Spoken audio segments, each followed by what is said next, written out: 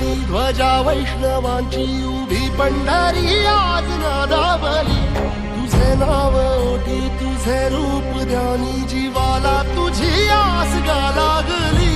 जरी बाप साऱ्या जगाचा परी तू आम्हाले कराची विठुमा